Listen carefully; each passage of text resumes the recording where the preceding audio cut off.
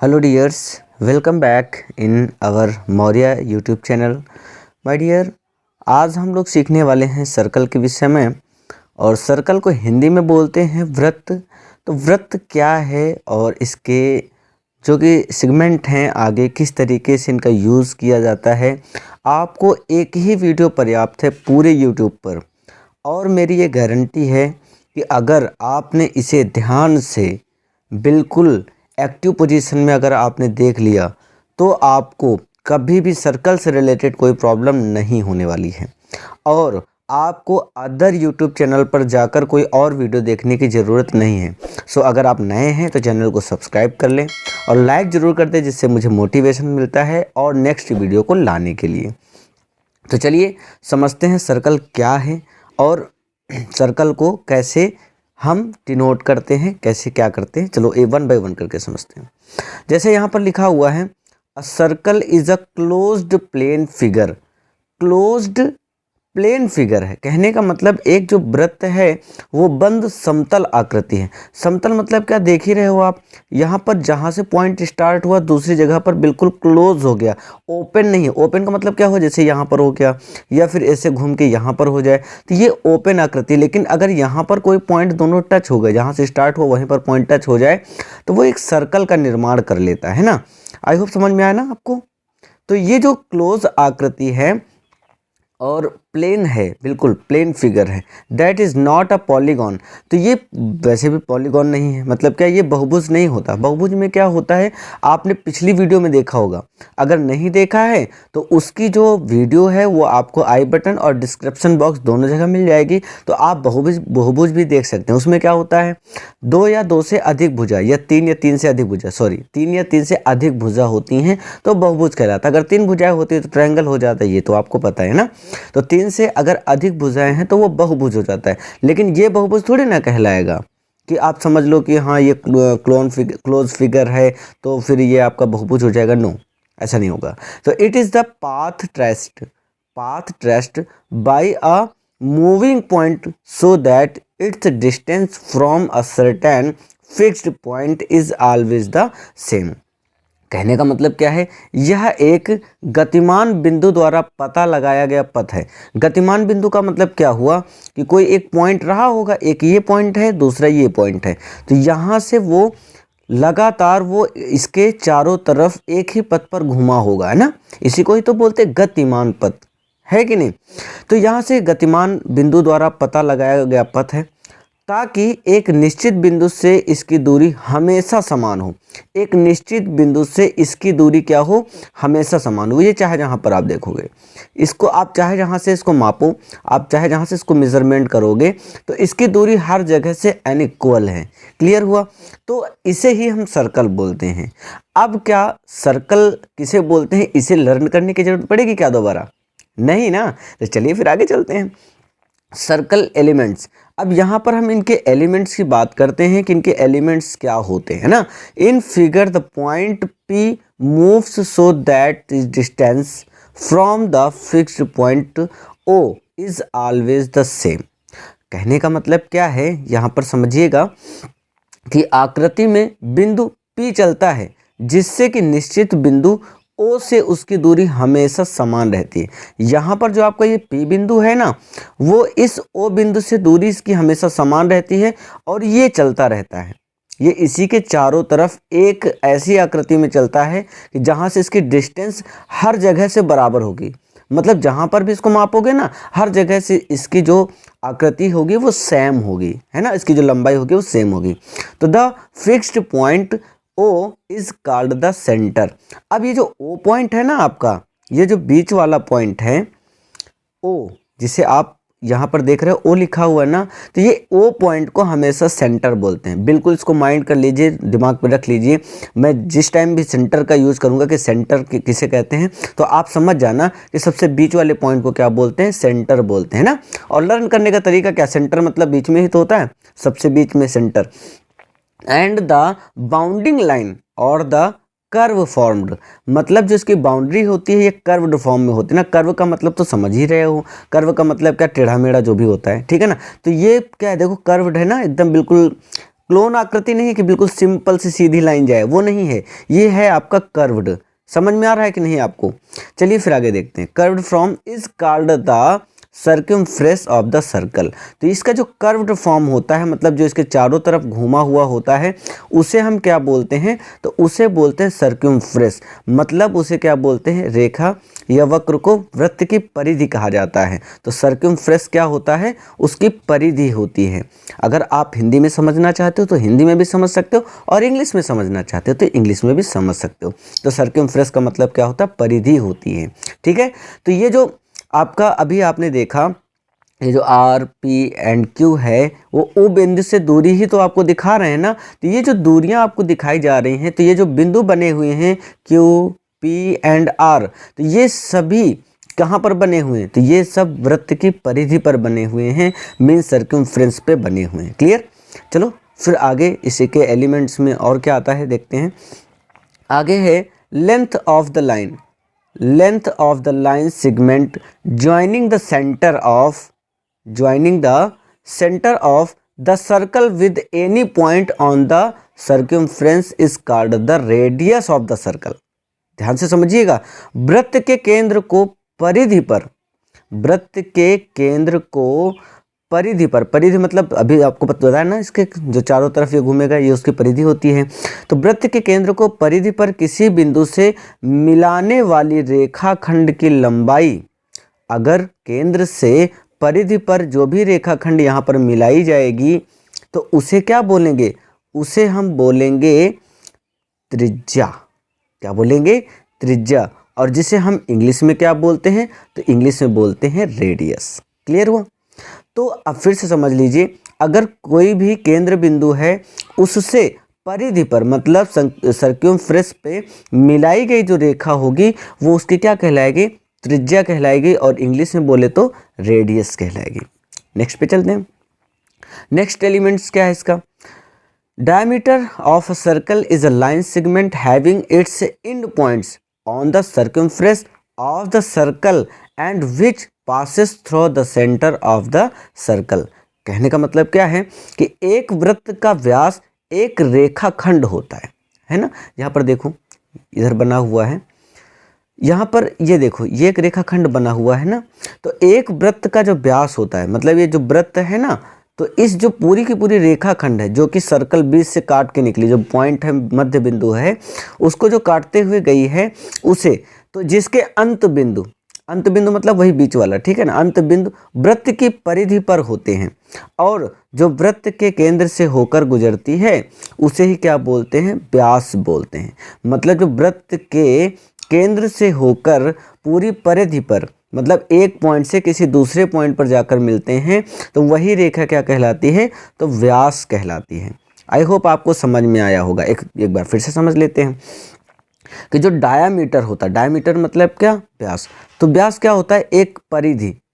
देखिए यहाँ पर इसको क्या बोलते हैं? सर्कमफ्रेंस ना। तो अगर यहाँ पर एक ए बिंदु है और यहाँ पर ये दूसरा बी बिंदु है, और बीच में क्या दिख रहा है आपको? ओ बिंदु है। तो ए से लेकर ओ बिंदु को काटते हुए जब बी बिंदु पर हम पहुँचते हैं तो यही आपका पूरी की पूरी लाइन क्या कहलाती है? तो वो डायामीटर कहलाती है, मतलब व्यास कहलाती है। क्लियर है? लेकिन अगर केवल ओ बिंदु से ए बिंदु की दूरी को देखा जाए, इस लाइन को देखा जाए, तो इसे आपने क्या पढ़ा था अभी? रेडियस पढ़ा था। तो रेडियस को हिंदी में क्या बोलते हैं? तो त्रिज्या बोलते हैं। आई होप क्लियर हो गया होगा ना। तो उसी प्रकार इसी ओ बिंदु से अगर बी बिंदु की दूरी देखी जाए तो ये भी तो त्रिज्या ही कहलाएगी ना। समझ में आ रहा है कि नहीं आ रहा है? तो यहाँ पर हम एक चीज़ समझते हैं कि यहाँ पर किसी गोले में अगर हम मध्य बिंदु पर पहुँचें तो एक दूरी ये हो गई है ना, और दूसरी दूरी ये हो गई, दूसरी दूरी ये हो गई, है ना। तो यहाँ पर दो त्रिज्या, मतलब अगर 2r मिल जाए, रेडियस ना, 2r मिल जाए तो वो क्या कहलाता है? वो कहलाता है व्यास। क्या कहलाता है? व्यास कहलाता है। तो इसको हम लिख देते हैं यहाँ पर व्यास, है ना, हमने लिख दिया यहाँ पर व्यास। तो क्लियर है? और तो यहाँ पर ये कह सकते हैं कि d is equal to 2r। क्या लिख सकते हैं? d is equal to 2r। मतलब d क्या है यहाँ पर? डायमीटर है, और r क्या है यहाँ पर? त्रिज्या, मतलब रेडियस है। समझ में आया कि नहीं आपको? तो जो डायमीटर होता है वो 2r के बराबर ही तो होता है ना। त्रिज्या को हम स्मॉल r से डिनोट करते हैं, ठीक है ना, कैपिटल से नहीं, स्मॉल r से डिनोट करते हैं। तो ये हो जाता है d = 2r, मतलब जो आपका डायमीटर होता है वो त्रिज्या का 2 गुना होता है। यहाँ से भी समझ सकते हो आप सर्कल से, जैसे सर्कल है इसका मिड पॉइंट है ना, तो एक त्रिज्या ये हो गई, एक r ये हो गया आपका, है ना, और यहाँ से दूजा r ये हो गया। तो इन 2 r को मिलाकर ही तो पूरी की पूरी रेखा आपको रेडियस कहलाती है ना। आई होप समझ में आ रहा होगा आपको ना। और अगर कोई भी कंफ्यूजन हो तो कमेंट बॉक्स आपके लिए खाली है, कमेंट जरूर करना दोस्तों, ठीक है ना, क्योंकि अगर आप कमेंट नहीं करोगे तो हमें कैसे पता चलेगा कि आपको समझ में आया कि नहीं आया, है ना। अब यहीं से एक फॉर्मूला निकलता है d = 2r का। और जो आपके क्वेश्चन सॉल्व होते हैं कि बताओ अच्छा अगर अगर त्रिज्या आपकी 2 सेंटीमीटर की है तो उसका जो व्यास होगा कितना होगा, या फिर ये कहें कि रेडियस अगर आपका 2 सेंटीमीटर का है तो फिर डायमीटर कितना होगा, है ना। तो वेरी इजी हो जाएगा ना, यहाँ पर लगाना, इसको सॉल्वेशन करना कितना ईजी हो जाएगा। तो क्वेश्चन की बारी आगे आएगी तो नेक्स्ट चैप्टर में या फिर नेक्स्ट वीडियो में हम समझेंगे, लेकिन अभी केवल आप इसको समझिए ढंग से, ठीक है। अब यहाँ से देखिए, यहाँ पर 2r मल्टीप्लाई में है ना, देखिए ध्यान से, ये मल्टीप्लाई में है तो है 2r। तो अगर हम r को यहाँ पर स्टे कर लें तो बताइए 2 जब इधर आएगा राइट साइड में तो ये डिवाइड में आ जाएगा कि नहीं आ जाएगा। तो त्रिज्या बराबर क्या होता है, डायामीटर का हाफ होता है ना। अगर त्रिज्या निकालनी हो तो डायामीटर को आधा कर देंगे, जैसे ये डायामीटर है, ये पूरी की पूरी लाइन क्या है, डायामीटर है, और इसी को अगर हम आधा कर दें तो क्या निकल आता है, ये त्रिज्या ही तो है, ये पूरी की पूरी त्रिज्या ही तो निकल के एक दूसरी ये। समझ में आया कि नहीं आया, बस इतना ही आपको यहाँ पर समझना था। आगे देखते हैं, जो सर्कल है, सर्कल में एक आता है सेमी सर्कल जिसे बोलते हैं हम अर्धवृत्त। अच्छा, अर्धवृत्त क्या होता है, ये बात तो आपको बिल्कुल इजी समझ में आ गया हो गया कि diameter of circle divides it into 2 equal parts. यानी जो आपका डायामीटर होता है ना, तो सर्कल को 2 पार्ट में डिवाइड कर देता है कि नहीं। देखो जैसे पूरा का पूरा सर्कल था, बीच में मिड पॉइंट था, है ना, मिड पॉइंट बिल्कुल बीचों बीच में था, तो उसी को ही तो इसने काटा था टोटल। तो जब ये पूरा का पूरा इसे डिवाइड कर देता है तो यहाँ पर 2 सर्कल मिलते हैं, एक ये हो गया, एक ये हो गया, हाफ सर्कल जिसे बोलते हैं, सेमी सर्कल, है ना। तो इसे ही तो सेमी सर्कल बोलते हैं। मतलब एक वृत्त का व्यास इसे 2 बराबर भागों में विभाजित करता है और इनमें से प्रत्येक समान भाग को अर्धवृत्त कहा जाता है। मतलब each of these equal parts is called a semi circle. Clear, चलो आगे फिर चलते हैं। आगे क्या है, आर्क। आर्क मतलब क्या होता है, चाप। अब चाप क्या होते हैं ये भी समझ लेते इसी समय। तो arc of circle is a part of the circumference of the circle, है ना। ये क्या होते हैं, सर्कमफ्रेंस के कुछ पार्ट होते हैं। मतलब सर्कमफ्रेंस का मतलब क्या बताया था आपको, परिधि बताई थी ना। तो एक वृत्त का चाप वृत्त की परिधि का एक भाग होता है। जैसे यहाँ पर देखिए, ये वृत्त की परिधि है, ये टोटल आपकी वृत्त की परिधि है, और इसी पर एक चाप बी बिंदु है, एक चाप ए बिंदु है। समझ में आया, है ना। तो ऐसा ही। और आगे क्या लिखा है, and is usually denoted by 3 points that lie in that parts और इन पॉइंट्स इंक्लूडेड। मतलब और आम तौर पर 3 बिंदुओं द्वारा दर्शाया जाता है। ये जो आपका पार्ट है, ये जो आपका आर्क है, ये 3 बिंदुओं द्वारा दर्शाया जाता है, जो उस भाग में स्थित होते हैं, और समापन बिंदु शामिल होता है। मतलब एंड पॉइंट भी इसमें शामिल होता है। तो यहाँ पर देखिए ओ बिंदु है, और ओ बिंदु के जो चारों तरफ एक समान लंबाई में जो सर्कल बना होता है इसे परिधि बोलते हैं। और यहीं पर बी पॉइंट और ए पॉइंट आपका क्या है, ये चाप हैं आपके। और इसको डिनोट करने के लिए हम ऐसा कुछ सिंबल बनाते हैं। मतलब ए बी के ऊपर एक देखो, एक बढ़िया एक कैसा पुल टाइप का बना हुआ है ना। थोड़ा मस्ती में पढ़ोगे तो मज़ा आएगा, ठीक है ना। नींद तो नहीं आ रही सोना नहीं, ठीक है ना। तो ये आपका क्या हो गया, चाप हो गया। क्योंकि मैं रात में पढ़ा रहा हूँ ना, इस वजह से बोल रहा हूँ कि सोना नहीं, नींद नहीं आनी चाहिए, क्योंकि रात में 11 बज रहा है। ओके चलिए आगे देखते हैं। कॉर्ड जा, है ना। कॉर्ड क्या होता है इसको भी समझ लेते हैं। कॉर्ड जा को क्या बोलते हैं, the line segment joining any 2 points, the line segment joining any 2 points on the circumference is called the chord of the circle. मतलब परिधि पर किन्हीं 2 बिंदुओं को मिलाने वाला रेखाखंड वृत्त की जीवा कहलाती है। समझ में आया। परिधि तो आपको कंफर्म हो गया होगा क्या है, मतलब किसी भी पॉइंट के चारों तरफ एक समान लंबाई में जो आकृति बनी होती है वो परिधि होती है ना। और दो बिंदुओं को मिलाने वाली रेखाखंड वृत्त की जीवा कहलाती है। तो यहाँ से देखो ये एक पॉइंट है, समझ में आ रहा, एक ये पॉइंट है, दूसरा ये पॉइंट है। तो ये दोनों पॉइंट जब मिले एक दूसरे में तो क्या कहलाएंगी, ये आपकी जीवा कहलाती हैं, मतलब कॉर्ड कहलाती है, CHORD कॉर्ड, ज्या कहलाती है, जीवा कहलाती है। अब ये कॉर्ड कहीं पे भी बन सकता है, जरूरी थोड़ी ना ये जहाँ पर हमने आपको बता दिया ये इमेज में आप देख रहे हो यहीं पर बन सकती है। आप कॉर्ड को यहाँ पर भी बना सकते हो, कॉर्ड यहाँ पर भी बन सकती है, कॉर्ड यहाँ पर भी बन सकती है। ऐसे भी ये सारी कॉर्ड ही हैं, जितने भी चाहो आप, मतलब बहुत सारी कॉर्ड आप यहाँ पर बना सकते हो। लेकिन अगर मिड पॉइंट से आपने गुजार दिया, इसके मिडल पॉइंट से टोटल गुजार दिया, तो फिर वो आपकी कॉर्ड नहीं रह जाएगी, ये बात याद रखिएगा, ठीक है ना।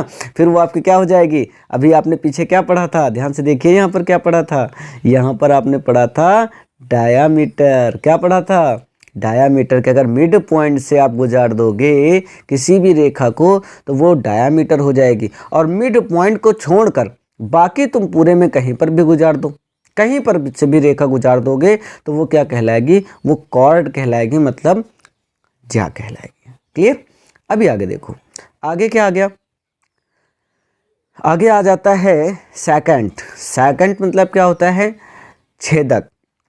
अब ये क्या है भाई, छेदक क्या है, a straight line intersecting a circle eight 2 points is called a second of the circle. मतलब एक वृत्त को दो बिंदुओं पर प्रतिच्छेद करने वाली एक सीधी रेखा को वृत्त का छेदक कहा जाता है। यहाँ पर देखिए ये आपकी कॉर्ड है, मतलब जो एक बिंदु से दूसरे बिंदु पर जाकर परिधि में ही बाहर नहीं, परिधि में ही एक बिंदु से दो बिंदु पर दूसरे बिंदु पर जाकर मिल जाती है, उसे कॉर्ड बोलते हैं। लेकिन अगर इस पूरे सर्कल को काटते हुए चीरते हुए कोई रेखा सीधी ही चली जाए तो उसे हम सेकंड बोलेंगे, मतलब छेदक बोलेंगे। क्लियर। छेदक क्या हुआ, तो जीवा के विपरीत होता है। ये क्या होता है, जीवा के विपरीत होता है। मतलब जीवा क्या होती है, केवल एक पॉइंट से दूसरे पॉइंट में मिल जाते हैं, लेकिन जो सेकंड होता है वो क्या होता है, पॉइंट में मिलता नहीं है, वो उसको छेद कर बाहर ही चला जाता है ना। तो वृत्त की परिधि पर इसके अंतिम बिंदु नहीं होते हैं, समझ में आना। तो इसके परिधि पर अंतिम बिंदु है ही नहीं भाई। क्या इसे आप अंतिम बिंदु मानोगे, अगर इसे मानते हो तो फिर रेखा तो और लंबी जा रही है अभी, अगर इसे मानते हो तो इसकी भी रेखा और लंबी अनंत लंबाई में जा रही है। तो ऐसा नहीं है, आप इसे परिधि नहीं मान सकते, कॉर्ड नहीं मान सकते, इसे आप सेकंड बोलेंगे। क्लियर। तो चलो फिर नेक्स्ट पे चलते हैं आगे। आगे आपका आता है टेजेंट। टेजेंट क्या है, स्पर्श रेखा है ना। स्पर्श रेखा क्या होती है, आइए उसे समझते हैं। स्पर्श रेखा से मतलब ही समझ में आ रहा होगा, कोई छुआ होगा उसको है ना, स्पर्श करा होगा। तो a straight line that touches the circle, a straight line that touches the circle and one point only is called tangent to the circle। मतलब एक सीधी रेखा जो वृत्त को केवल एक बिंदु पर स्पर्श करती है, ओनली किसी एक बिंदु पर स्पर्श करती है, तो वृत्त की स्पर्श रेखा कहलाती है। क्लियर। तो जो टेजेंट होता है वो क्या होता है, किसी एक बिंदु को छूता, ना कि पूरे सर्कल में घुमा दो उसे। तो जिस बिंदु पर स्पर्श रेखा वृत्त को स्पर्श करती है उसे संपर्क बिंदु कहा जाता है या स्पर्श बिंदु कहा जाता है। तो यहाँ पर समझ लेते, the point eight which the tangent touches the circle is called the point of contact. अब यहाँ पर इमेज में देखिए, इमेज में आपको साफ दिख रहा है, यहाँ पर टेजेंट देखिए, यहाँ पर कैसे टच करा गया है। यहाँ पर देखिए एकदम बिल्कुल एक पॉइंट पर कहीं पर टच है ना। देखिए ये कोई एक पॉइंट है जहाँ पर ये सीधी रेखा आई हुई और वो टच है, तो इसे ही हम टेजेंट बोलेंगे। और टच जरूर होना चाहिए, ये नहीं कि आप बाहर इसे खींच दो, बाहर नहीं। इसको जब भी आप कहीं पर भी खींच सकते हो, जैसे मान लीजिए यहाँ पर हम खींच दें तो ये एक बिंदु पर ही टच होनी चाहिए, किसी एक पॉइंट पर। चाहे आप इधर खींच दो, है ना, जिस तरफ भी आपको खींचना हो, तो कहीं एक ही बिंदु पर ये टच होना चाहिए। आप चाहे इधर खींच दो, मतलब पूरी सर्किल में आप कहीं भी किसी भी तरफ भी आप जो है इसको टच करा सकते हो, ये सारे पॉइंट हैं। तो इस तरीके से आप कहीं पर भी इसे इस तरीके से सर्किल में बना देते हो तो टेजेंट कहलाता है। ठीक है, समझ में आ रहा होगा आपको, आई होप, है ना। आगे आ जाता है आपका सेगमेंट, रेखाखंड। अब रेखाखंड क्या है भाई, ये तो बहुत लंबा चौड़ा लिखा हुआ है ना, तो लर्न करने में प्रॉब्लम होगी। नो प्रॉब्लम, आप घबराओ नहीं, ध्यान से केवल समझो इन चीज़ों को, आपको बिल्कुल आसान लगेगा, जान लीजिए। मैंने बताया ना, आपको दूसरा कोई वीडियो देखने की ज़रूरत ही ना पड़ेगी, ये जान लीजिए। तो सेगमेंट वृत्तखंड क्या होता है? A region in the interior of a circle enclosed by a chord and the arc subtended by chord is called a segment of the circle। मतलब क्या हुआ? एक जीवा से घिरे वृत्त के आंतरिक भाग, बहुत ध्यान से समझिएगा, एक जीवा से घिरे, जीवा क्या होता है आपको समझ में आया था, है ना?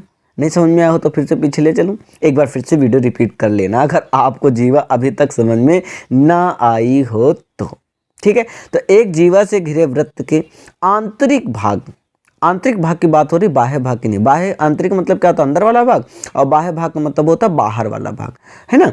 तो आंतरिक भाग और जीवा द्वारा आंतरिक चाप को वृत्त का एक खंड कहा जाता है, ठीक? अब आगे समझिए। तो रीजन इनटू टू सेगमेंट क्या होता है? Every chord divides the circular, क्या होता है? सर्कुलर में होता है। रीजन इज टू सेगमेंट, तो the smallest segment is called a minor segment and the largest segment is called a major segment. तो in case the chord is a diameter, then it divides the circle into two equal segment. मतलब क्या हुआ इसका? ध्यान से समझिए कि प्रत्येक जीवा वृत्तीय क्षेत्र को दो खंडों में विभाजित करती है। जब भी आप चाप लगाते हैं आंतरिक की ओर, आंतरिक मतलब समझ लो अंदर की ओर घिरे वृत्त में, और जो कि जीवा से घिरा वृत्त होगा, जीवा आपको मैंने समझा रखा है, ठीक है ना, कंफ्यूज नहीं होना। तो प्रत्येक जीवा वृत्तीय क्षेत्र को दो खंडों में विभाजित करती है। छोटे खंड को लघु खंड तथा सबसे बड़े खंड को बृहत खंड मतलब बड़ा वाला खंड कहा जाता है। यदि जीवा एक व्यास है तो यह वृत्त दो बराबर खंडों में विभाजित करती है।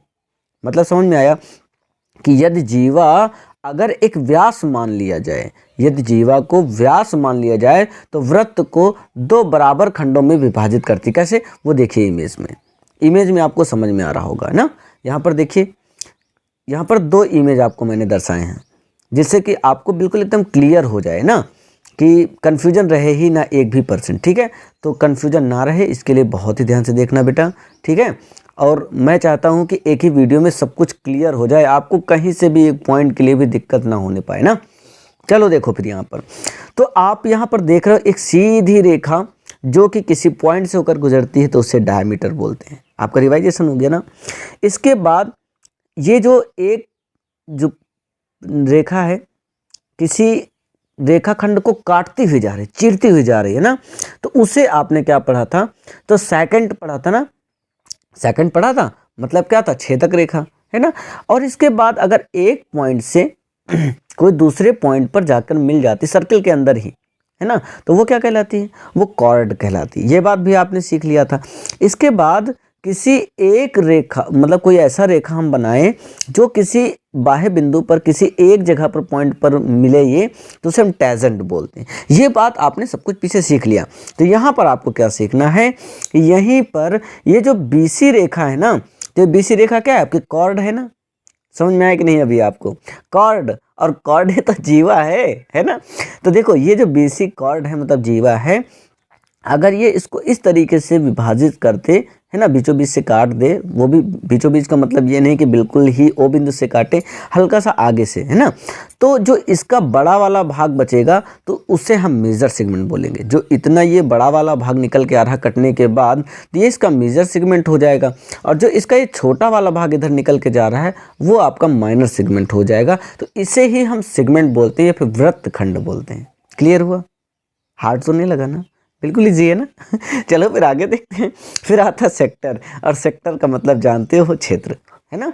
तो a region of a circle closed by an arc and two of its radii drawn from the end points of the arc is called a sector. मतलब एक चाप से घिरे वृत्त का एक क्षेत्र और चाप के अंतिम बिंदुओं से खींची गई उसकी दो त्रिज्याएं। कितनी त्रिज्याएं? ओनली टू, ध्यान से समझिएगा, एक चाप से घिरे वृत्त का एक क्षेत्र और चाप के अंतिम बिंदुओं से खींची गई उसकी दो त्रिज्याएं त्रिज्य खंड कहलाती हैं। क्या कहलाती हैं? त्रिज्य खंड कहलाती हैं। इस कॉल्ड अ सेक्टर। सेक्टर को क्या बोलते हैं? त्रिज्य खंड बोलते हैं और क्षेत्र भी बोलते हैं ना। तो आप यहाँ पर त्रिज्य खंड समझिएगा, ठीक है। जब हम किसी वृत्त की किन्हीं दो त्रिज्याओं पर विचार करते हैं तो वे एक त्रिज्य खंड को एक तरफ और दूसरे त्रिज्य खंड को घेरे हुए होते हैं, है ना। When we consider any two radii of a circle, then they are enclosed a sector on one side and another sector on the other side, ठीक है। तो unless the two radii are is a straight line, one of the sector is smaller than the other। कहने का मतलब क्या है यहाँ पर? देखिएगा, सॉरी, यहाँ पर क्या है देखिएगा, ये लिखा हुआ है कि जब हम किसी वृत्त के किन्हीं दो त्रिज्याओं पर विचार करते हैं तो वे एक त्रिज्य खंड को एक तरफ और दूसरे त्रिज्य खंड को घेरे हुए होते हैं। ये अभी आगे आपको इमेज में समझ में आएगा, ठीक है ना। वो भी घेरे हुए होते हैं, किस तरफ से? दूसरी ओर से घेरे हुए होते हैं। तो जब तक कि दो त्रिज्याएं एक सीधी रेखा में ना हो, दो त्रिज्याएं एक सीधी रेखा में ना हो तो एक त्रिज्य खंड से छोटा होता है। समझ में?